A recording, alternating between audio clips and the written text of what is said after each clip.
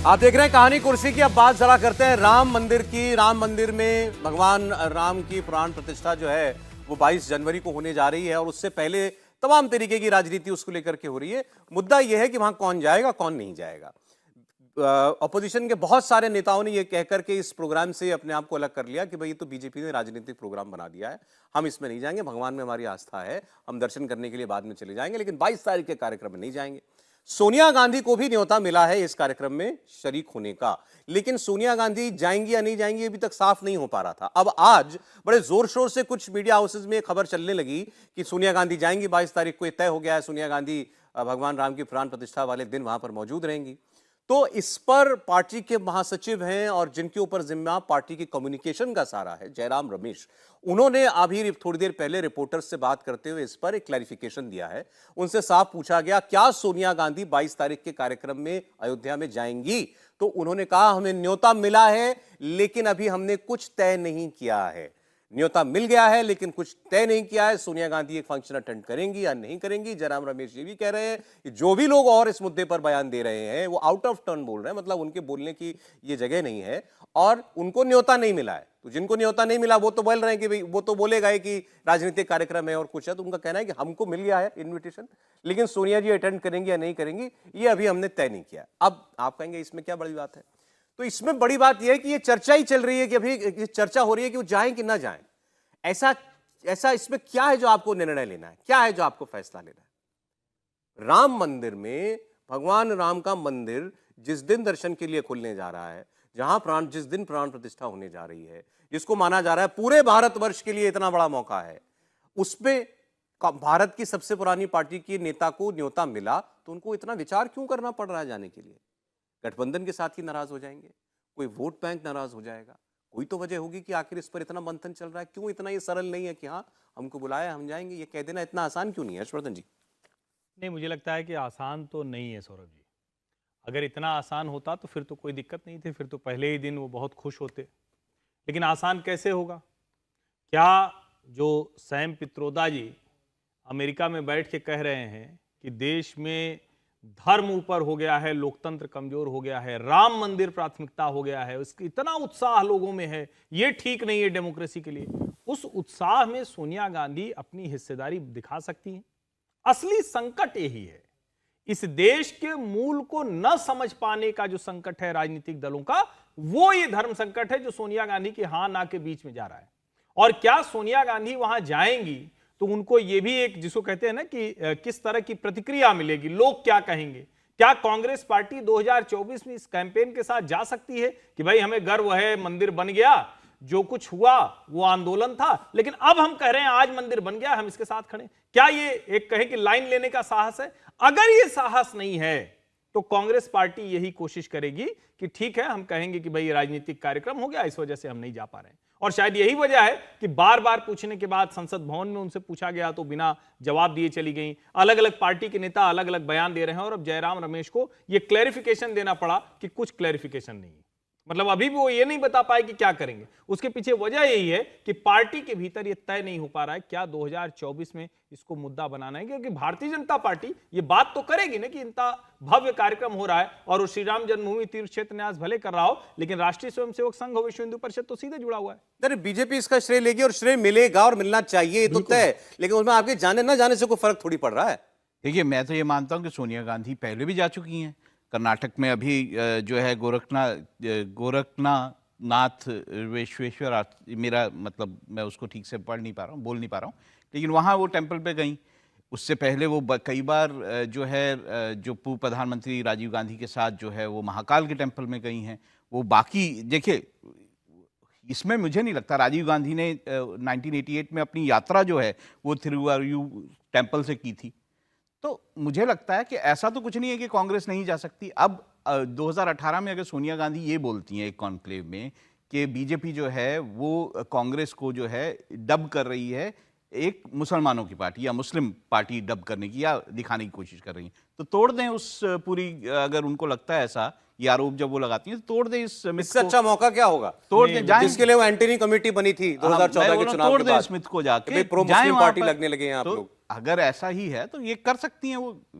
अब ये तो डिपेंड करता है कि उनके सलाहकार उनको क्या कहते हैं। देखिए अभी जो सैम पित्रोदा के सारे बयान हैं, मैं एक लाइन से गिना सकता हूं कि आपको कब जवाहरलाल नेहरू, इंदिरा गांधी कौन कौन से मंदिरों में गए, कौन से मंदिरों में राजीव गांधी गए, कौन से मंदिरों में सोनिया गांधी गई। मैं लाइन से पूरे सालों से गिना सकता हूं। लेकिन सैम पित्रोदा पता नहीं किस बात पे कह रहे हैं कि हमारे देश में राजनीति मंदिरों पे हो रही है।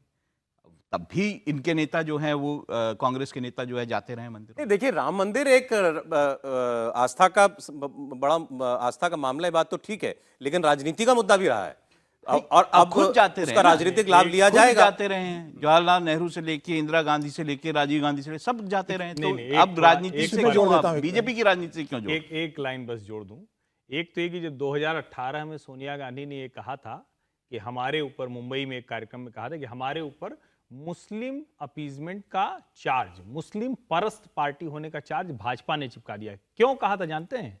सवाल ये पूछा गया था कि 2017 के गुजरात विधानसभा चुनाव में राहुल गांधी टेंपल रन क्यों कर रहे थे। इसका मतलब ये कि चूंकि जब आपके ऊपर आरोप लग जाता है मुस्लिम परस्ती का, तो आप मंदिर मंदिर दौड़ते हैं। दूसरा, ऐसे मंदिर जाना अलग बात है, लेकिन जहां भी हिंदू आस्था के जो स्थान हैं, मंदिर तोड़कर मस्जिद बनाई गई, वहां कांग्रेस नहीं खड़ी हो पाती है। न काशी, न मथुरा, न अयोध्या। धर्म संकट यहां छिपा हुआ है और इस पूरे आंदोलन में स्वयंसेवकों की जान गई। इस पूरे आंदोलन की वजह से भारतीय जनता पार्टी की सरकार गई। और सबसे बड़ी बात, इस देश के हिंदू को कम्युनल कहा गया। जो बाबरी के साथ खड़ा वो सेकुलर है, जो राम मंदिर के साथ खड़ा तो वो कम्युनल है। तो आज तो राम मंदिर बन रहा है, भव्य राम मंदिर बन रहा है। अब सोनिया जी जाएंगी क्या? क्योंकि इसको तो लगातार कम्युनल एक्ट कहा जाता था। और अगर भव्य राम मंदिर बहुत अच्छा काम है, जो कि हम सब मानते हैं, तो जो लोग कह रहे थे बुरा काम है, हिंदुओं को कम्युनल कह रहे थे, वो आज क्या कहेंगे? असली संकट यहां छिपा है। बता दूं, खबर जो बस चल रही है, प्रधानमंत्री को कल अयोध्या जाना है, तो वहां वो जाएंगे और सब जो तैयारियां चल रही हैं उनको अपनी आंखों से देखेंगे भी। योगी आदित्यनाथ आज अयोध्या के अंदर हैं, 22 तारीख को लेकर के अयोध्या में भव्य तैयारियां की जा रही हैं और उस दिन को लेकर ये चर्चा हो रही है कि विपक्ष के नेता वहां पर जाएंगे कि नहीं जाएंगे। बहुत सारे लोग मना कर चुके हैं, ममता बनर्जी और लेफ्ट के नेताओं। ऐसा ही मुझे लग रहा है कि अखिलेश यादव भी तय नहीं कर पा रहे हैं वो जाएं कि ना जाएं। वैसा ही संकट यहाँ सोनिया गांधी के सामने। समीर जी, मुझे लगता है कि देखिए, कांग्रेस के नेता चाहे राहुल गांधी हो या सोनिया गांधी गए हो, लगता है टेंपल टूरिज्म के लिए जाते थे, कभी ये आस्था से कभी किसी मंदिर में नहीं गए। और बाबरी मस्जिद ध्वंस के बाद जब से ये दो लाइन खिंच गई थी, एक मंदिर के पक्ष में, एक मस्जिद के पक्ष में, कांग्रेस हमेशा से दूसरे पक्ष की तरफ दिखती रही। आज कांग्रेस की दुविधा यह है कि अब कांग्रेस ने जो दूरी बना के रखी थी राम मंदिर के मामले को लेकर, अब अगर कांग्रेस जाएगी तो कांग्रेस जानती है इस बात को कि जाने का उससे कोई फायदा तो मिलना नहीं है। यह जो पूरा क्रेडिट जाएगा भारतीय जनता पार्टी के पास जाएगा, इसमें तय है। वो जाना ही है, जाना ही और जाना भी चाहिए। कांग्रेस जानती है अगर सोनिया गांधी गई तो बचा खुचा जो मुस्लिम वोट बैंक है, जो मिलने की संभावना है, कहीं उस पर चोट ना हो जाए, वह अपने हाथ से न खिसक जाए। इस पर मेरा और सवाल है, इसीलिए कारण इस पर मेरा कांग्रेस सवाल है। वहां से जाने से बचेगी। अगर ये डर है कांग्रेस को कि मेरा कांग्रेस मुसलमान मेरा नाराज हो जाएगा मुझसे, कहां जाएगा? क्या हो जाए? मतलब क्या ऑप्शन है? मुझे बताइए, देश में अगर मोदी के खिलाफ चुनाव लड़ रहे हैं, कांग्रेस पार्टी लड़ रही है, मुस्लिम वोट कहां जाएगा अगर कांग्रेस के पास नहीं जाएगा तो? कांग्रेस को यही डर है कि भाई वापस वो क्षेत्रीय दल के पास चला जाएगा, अखिलेश के पास चला जाएगा, ममता बनर्जी के पास बंगाल में चला जाएगा, लालू नीतीश के पास वो बिहार में चला जाएगा। केवल एक राम मंदिर में दिल्ली सोनिया पंजाब में गांधी केजरीवाल की राम मंदिर चली जाएंगी सोनिया गांधी। मैसेज जाएगा ना पूरा, इसको विपक्ष भी उठाएगा इंडिया गठबंधन का कि आप क्यों गए थे। और नीचे के जमीनी स्तर पर भी कांग्रेस को लग रहा है आज की तारीख में कि मुसलमान वोट बैंक वापस उनके पास लौट सकता है, या ऐसा वोट बैंक लौट सकता है जो भारतीय जनता पार्टी का पक्ष का नहीं है। तो उन्हें इसकी बड़ी कीमत चुकानी पड़ेगी। मुझे लग रहा है आज के स्टेज के अंदर सोनिया गांधी यह रिस्क लेने की स्टेज में नहीं है कि जब 90 दिन के अंदर चुनाव में जाना है, कांग्रेस को इस बात का जवाब देना मुश्किल पड़ेगा। और कांग्रेस इस तरह की पार्टी है नहीं कि वो दमंगी से कह सके कि हाँ मंदिर भी जा रहे हैं और हमें वोट भी इस बात का मिलेगा। 15% मुस्लिम वोट की नाराजगी के डर से राम मंदिर आप नहीं जाएंगे, 80 बाकी जो 85% लोग हैं उनको आप क्या मैसेज दे रहे हैं? अभी तक की राजनीति कांग्रेस की यही रही। मनमोहन सिंह ने क्यों कहा था सोनिया गांधी ना जाकर के बाकी 85% को क्या मैसेज दे रही है? वो जाएगी तब भी कुछ मैसेज नहीं मिलना ना, जाने के बाद इसका बेनिफिट तो कांग्रेस को मिलना नहीं है। इसलिए तो मनमोहन सिंह ने कहा था कि देश के संसाधनों पर पहला अधिकार अल्पसंख्यकों का है, क्योंकि वो जानते थे कि हमें उनका वोट मिलेगा। आज कांग्रेस इस रिस्क लेने की स्टेज में नहीं है चुनाव के 90 दिन पहले कि वो जाए और उन्हें उम्मीद जगे कि नहीं हमें हिंदू वोट भी मिलेगा, भारतीय जनता पार्टी का वोट बैंक टूट के हमारे पास आएगा। कांग्रेस जानती है कि उनका जो बचा कुचा वोट बैंक है वो भी उनसे नाराज होगा, और यही डर कांग्रेस को बता रहा है कि सोनिया गांधी नहीं जाएगी। सौरभ, मैं आपसे बहुत एग्री करता हूं। देखिए, मैं अब इसका एग्जांपल आपको देता हूं कि मध्य प्रदेश के चुनाव में क्या हुआ। बीजेपी के जो कांग्रेस के नेता हैं उन्होंने अपने आप को हिंदूवादी करार देने की कोशिश की, हनुमान के भक्त हैं और फलाना है और ये है, ये सब कुछ करने की कोशिश की। तो हुआ क्या, वहाँ मध्य प्रदेश में कांग्रेस का जो को मुस्लिम वोट जो है 33% ज़्यादा पड़ा। तो ऐसा तो नहीं हुआ कि उन्होंने अपने आप को ये प्रोजेक्ट करने की कोशिश की तो कांग्रेस का मुस्लिम वोट जो है वो ख़त्म हो गया। तो मुझे ऐसा नहीं लगता कि कांग्रेस को इससे कोई मतलब फ़र्क पड़ने वाला है कि अगर वो भगवान राम के मंदिर में जाते हैं और वहाँ पे इस पार्टिसिपेट करते हैं। तो मुझे लगता है कि अच्छी बात होगी कांग्रेस के लिए अगर वो ये ऐसा करते हैं। लेकिन अब ये उनको डर सता रहा है कि कांग्रेस का, तो उसका एग्जाम्पल सामने मैंने आपको दिया कि कांग्रेस के वोट बैंक को मुस्लिम वो जो वोट है कितना बढ़ गया। तो ऐसा मुझे नहीं लगता कि सोनिया गांधी की, अगर वो सोनिया गांधी डिसाइड करती हैं कि वो जाएंगी वहां पर, तो ये मेरे ख्याल से कांग्रेस के लिए लेकिन अगर वो डिसाइड नहीं कर पा रही हैं, इस पर कोई कंफ्यूजन है, पार्टी फैसला नहीं कर पा रही है, तो कोई तो डर है, कोई तो खतरा दिख रहा है इसको, इसमें कांग्रेस पार्टी को। मुझे लगता है ये सैम पित्रोदा जैसे लोग जो हैं वो ज्यादा खतरा दिखा रहे हैं, जबकि ऐसा खतरा है नहीं। देखिए नहीं, लेकिन वो सिर्फ सैम पित्रोदा जैसे लोग नहीं है ना, राहुल गांधी भी तो वही बात करते हैं। और क्या किसी को भूल जाएगा कि 2007 मनमोहन सिंह जी, उनका बयान बेवजह ज्यादा चलता है। 2007 में पश्चिमी उत्तर प्रदेश में चुनावी रैली में जा रहे थे, राहुल गांधी क्या बोल गए, गांधी परिवार का कोई होता तो बाबरी मस्जिद नहीं गिरती।